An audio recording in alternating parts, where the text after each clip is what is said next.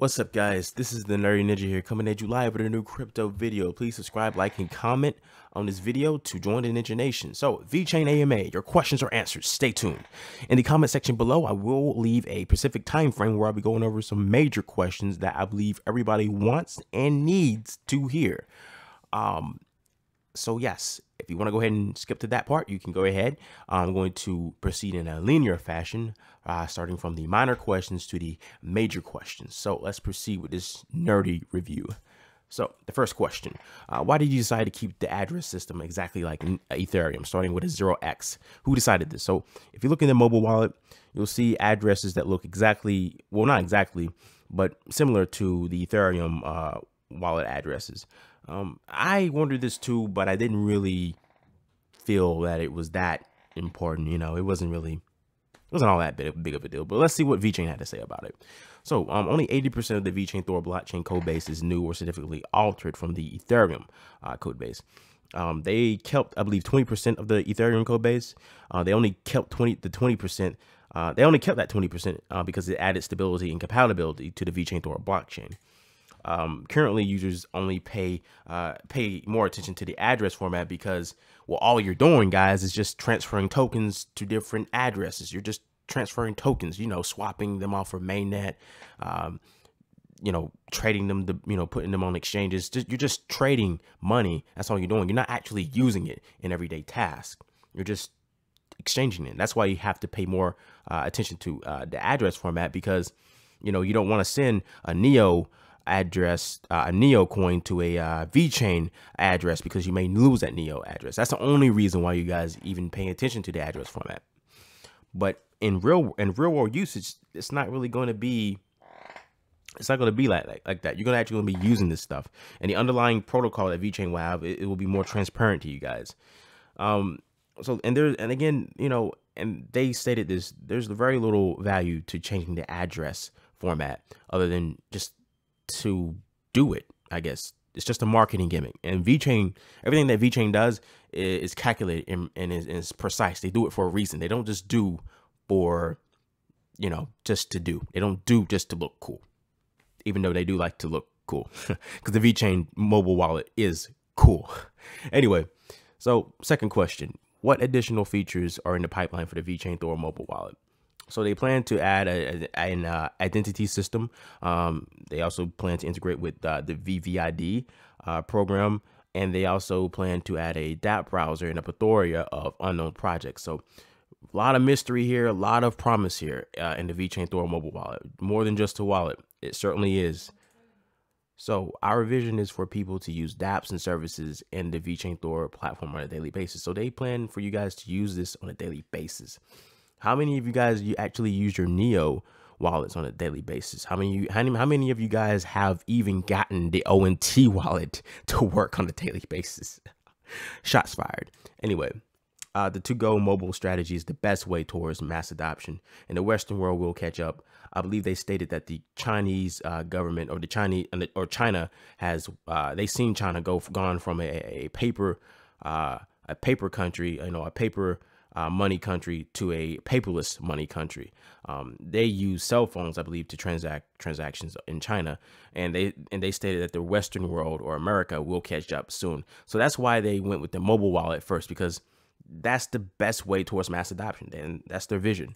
So they also plan to integrate the Vechain hardware wallet and third-party hardware wallets with beyond observed wallet features in the mobile wallet. So basically what this means, basically they plan to, you know, they plan to come up with a Vechain hardware wallet, and they also plan to support third-party hardware wallets as well. So they will provide different solutions for enterprises to manage their private key, such as a hardware wallet or HSM solution, and integration with their existing IT systems or IT systems. So basically, for you guys asking, well, will enterprises use this mobile wallet? Well, they're going to provide them with different solutions because, well, they're an enterprise. They're a multi-billion-dollar enterprise. They need more security, or they need, you know, they need something to better manage their products, because they're the ones using the blockchain. They have millions of products to manage. They're going to need something more sturdier to manage all that. So, could you expand more how VVID will be used within the wallets? So the VVID system will share the same user account system with the wallet. It will be used to access your VVID profile within the wallet itself. The Vechain Thor wallet will be the key point access to authorize other parties such as exchanges or financial services financial service providers to access your ID and fill out KYC. So basically, you're going to be able to use the VVID in your wallet to fill out KYC. So you don't have to manually fill in KYCs the next time you want to, purchase an ICO. You could just use your VVID and do it automatically. That's amazing. So next question, will I be able to set my Vechain Thor wallet on autopilot to generate Thor and automatically buy VET at current market price? Now this is very interesting. I should have had this in the major question section.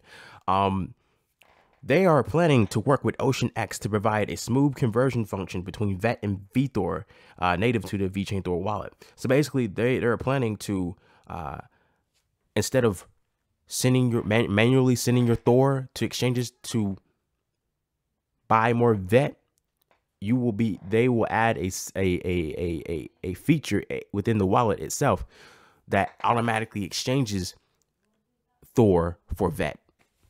Genius. And OceanX is going to be facilitating this. However, it's not in their intermediate release schedule. It will come in a later date in the future. So about VVID, what kind of personal information will we have to provide to generate a VVID? Is VVID mandatory to move our X node or participate in ICOs? So you will have to go through the standard KYC, process. Anything that you would provide in the KYC, that's what you have to put in the VVID, because you will use your VVID to fill out other KYCs. Easy.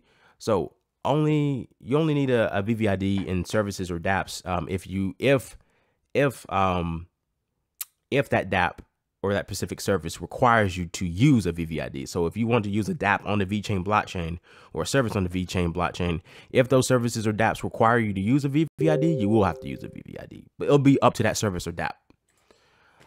Your X node you do not have to fill out a VVID to own an X node, and you don't have to fill out a KYC to own an X node. You only have to fill you only have to fill out KYCs if you want authority nodes, guys. But ICO projects will require a KYC one way or another, and they probably will want your VVID because it's easier that way. So you don't have to manually fill it out. Just copy and paste, really. So the use of VVID is decided by the service provider or token issuer and is not forced upon by the foundation. Right. So they're not forcing you to give out your IDs. So don't even try to, stir up any FUD. They're not trying to force you to give out your IDs. They're just, it's a very handy tool to use. So big questions. We're finally here. All right. Big questions.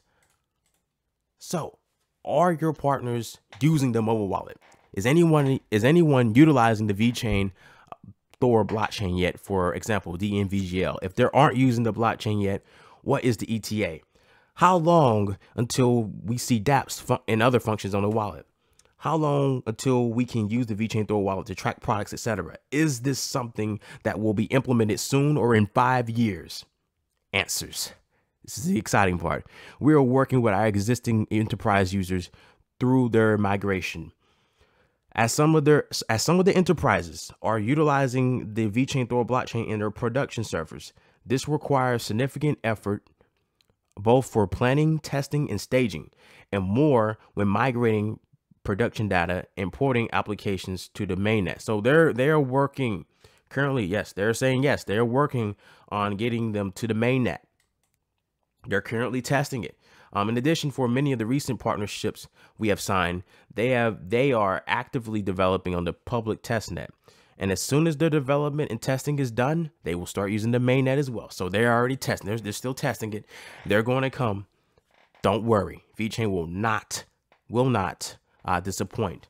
The real implication of the blockchain technology in business is far more complicated than merely deploying a token in smart contract or saying dApps are theoretically possible within an ecosystem. Neo, EOS.